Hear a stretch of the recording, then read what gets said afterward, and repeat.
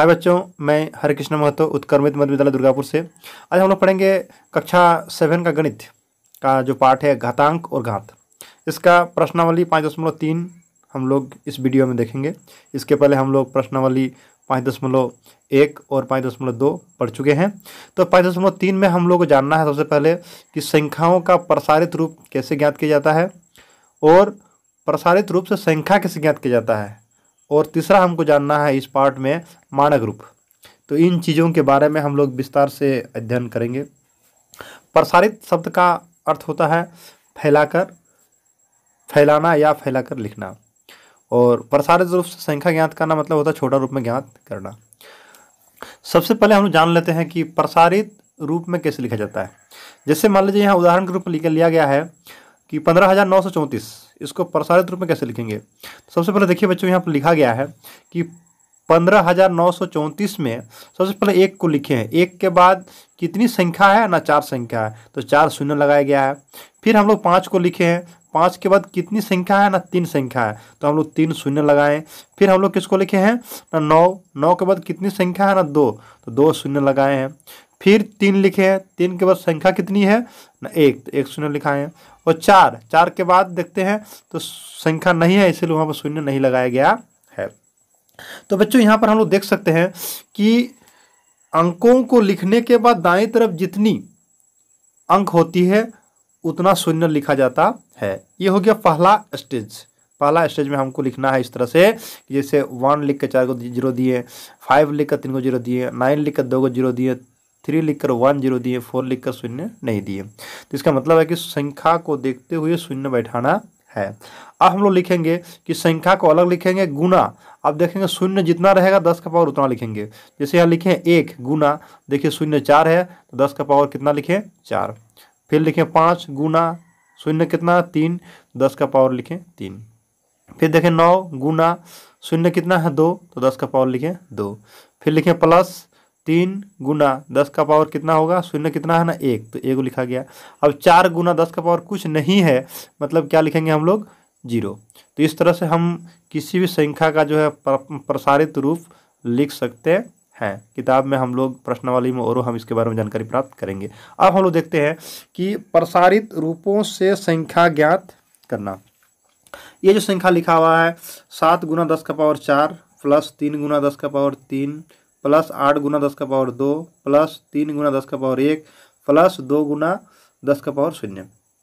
सबसे पहले बच्चे हम लोग इसमें करेंगे क्या कि पहले हम लोग शून्य जो है 10 का जो घात है उसको पहले हम लोग विस्तार से लिखेंगे। तो कैसे लिखें, 7 गुना 10 का पावर 4 था तो 1 लिख के 4 को शून्य लगाएं, प्लस का चिन्ह प्लस रह गया। फिर लिखें 3 गुना 10 का पावर 3 है तो हम 1 लिख कर 3 को शून्य लगाए हैं, प्लस 8 गुना 10 का पावर कितना है 2, तो 1 लिख कर 2 को 0 लगाया गया है। माना पावर जितना रहेगा उतनी शून्य लिखना है, 1 लिख करके 1 लिख करके। प्लस देखिए 3 गुना 10 का पावर 1 है तो 10 लिखे हैं, प्लस 2 गुना 10 का पावर 0। तो हम लोग सूत्र में पढ़े हैं कि a का पावर 0 बराबर 1 होता है, तो इसलिए 2 गुना या 10 का पावर 0 का मान कितना हो जाएगा, 1 हो जाएगा। अब बच्चों हम लोग यहाँ पर क्या करेंगे, गुना कर देंगे कि 7 को गुना करेंगे 10,000 से तो हो गया 70,000 हो गया। 3 को गुना करेंगे 1,000 से तो कितना होगा, 3,000 हो गया। 8 को गुना करेंगे 100 से तो 800 हो गया। 3 को गुना करेंगे 10 से तो 30 हो गया। 2 को गुना करेंगे 1 से तो 2 हो गया।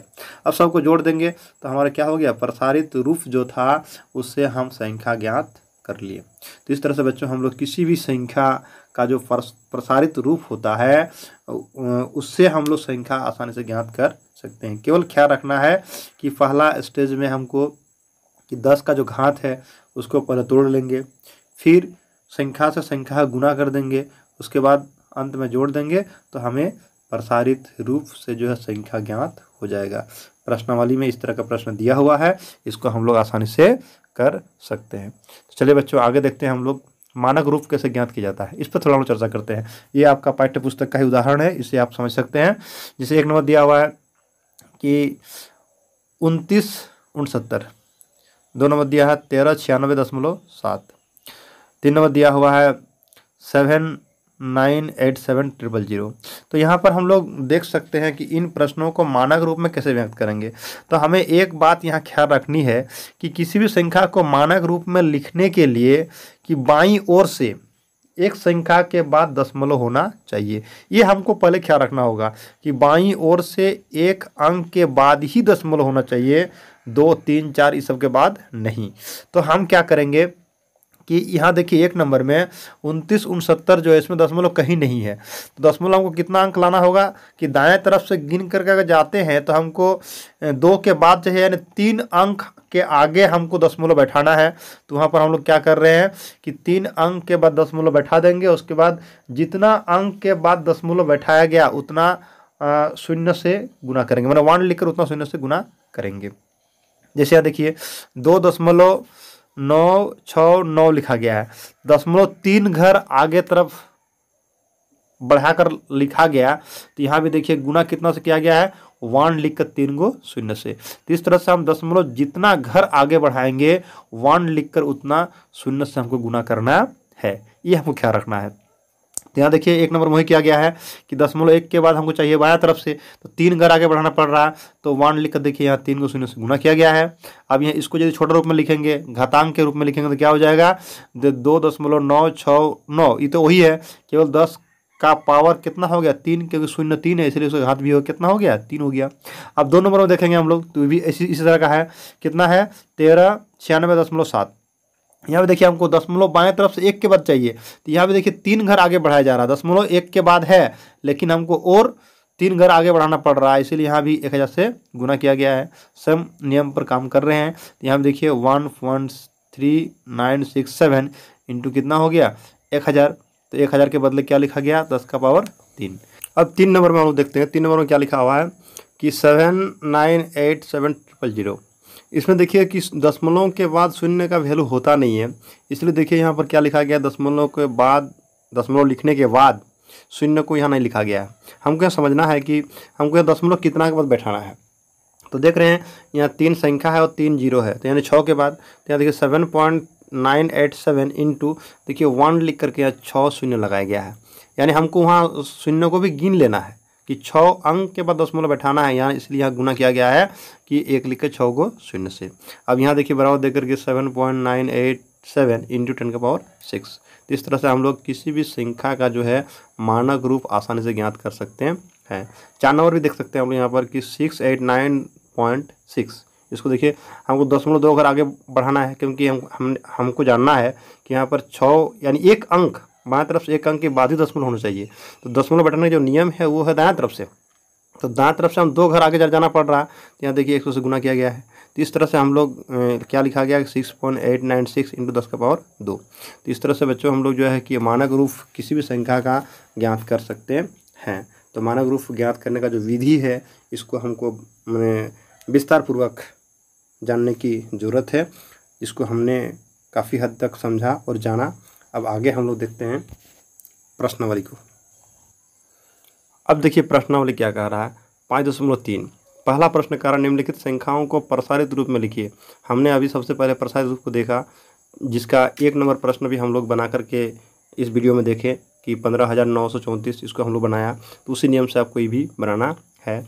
2 नंबर का पहला प्रश्न हम लोग अभी इसी वीडियो में किए कि 7 इंटू 10 का पावर 4 प्लस 3 इंटू 10 का पावर 3 प्लस 8 इंटू 10 का पावर 2 प्लस 3 इंटू 10 का पावर 1 प्लस 2 इंटू 10 का पावर 0। तो इस तरह से हम लोग जो बनाने का जो विधि सीखे उसी विधि से हमें करनी है।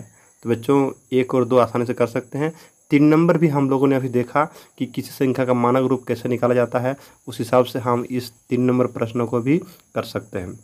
इसमें भी हमको उसी नियम मानक रूप में कल देखना है कि दशमलव कितना के बाद हमको बाएं तरफ घिसका के लिखना पड़ रहा है, और जितना के बाद घिसका के लिखना पड़ेगा 1 लिखकर उतनी शून्य से गुना किया जाता है। यही है मानक रूप निकालने का तरीका। अब हम लोग 4 नंबर प्रश्न देख लेते हैं। क्या कह रहा है कि बक्स में दी गई सूचनाओं में आने वाले संख्याओं को मानक रूप में लिखकर अवरोही क्रम में लिखिए। अवरोही क्रम का मतलब होता है घटते क्रम में। तो ये जो ग्रह का जो द्रव्यमान दिया हुआ लगभग में कि बुध का, शुक्र का, पृथ्वी का, मंगल का, बृहस्पति का, शनि का, अरुण का, वरुण का।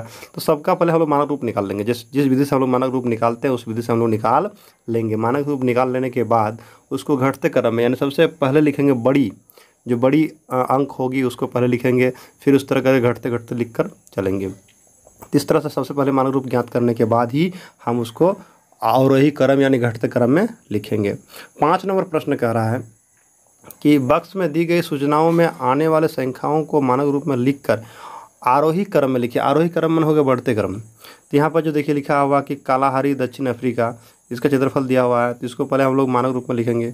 फिर थार भारत का, इसका भी मानक रूप में लिखेंगे। मानक रूप में लिखने के बाद फिर इसको हम लोग बढ़ते क्रम में, यानी छोटी जो अंक है उसको पहले लिखेंगे और फिर धीरे धीरे आगे बढ़ाते हुए लेकर चलेंगे। तो बच्चों इस तरह से हम लोग ये जो 5.3 है घात और घातांक पाठ का, इसको हम लोग पूर्ण कर सकते हैं। तो आप लोग आसानी से इस वीडियो को अगर समझे हैं तो आसानी से इस पाठ को कर सकते हैं। सभी को धन्यवाद।